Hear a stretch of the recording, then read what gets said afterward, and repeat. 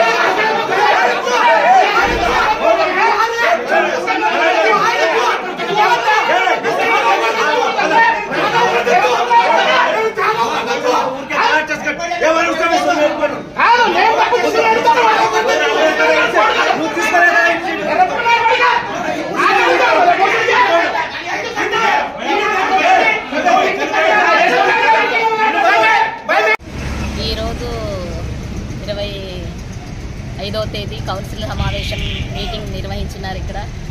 ఎక్కడైనా కానీ మీటింగ్లో అధికార పక్షము ప్రతిపక్షము ఇద్దరు గొడవలు జరగడం చూస్తుంటాము. కానీ ఇక్కడ అధికార పక్షంలో ఉండే కౌన్సిలర్లే వాళ్ళలో వాళ్ళే ఒకరికొకరు తిట్టుకుంటున్నారు ఈరోజు. కానీ ఇట్లా తిట్టుకోవడం వల్ల ప్రజలకు ఎక్కడ మేలు జరుగుతుంది, ప్రజల సమస్యలను వినిపించడానికి ఈరోజు కౌన్సిల్ మీటింగ్ వచ్చిండేది. అందరు కౌన్సిలర్లంతా వాళ్ళలో వాళ్ళు తిట్టుకోవడానికే సరిపోయింది. ఇది పద్ధతి కాదు. ప్రజల సమస్యలు పరిష్కరించడానికి మేము వచ్చినాము. మేము ఊరికే చోద్యం చూస్తూ ఉండిపోయినట్టు ఉంది ఇక్కడ వాళ్ళలో వాళ్ళే కొట్లాడుతూ ఉంటే. మేమైతే దీన్ని ఖండిస్తూ ఉన్నాము. ఏవైనా సమస్యలు తీరిపోతాయి. ఇప్పటికి ఏదైనా ఉండే ప్రాబ్లమ్స్ అన్నీ కొన్ని ఉన్నాయి.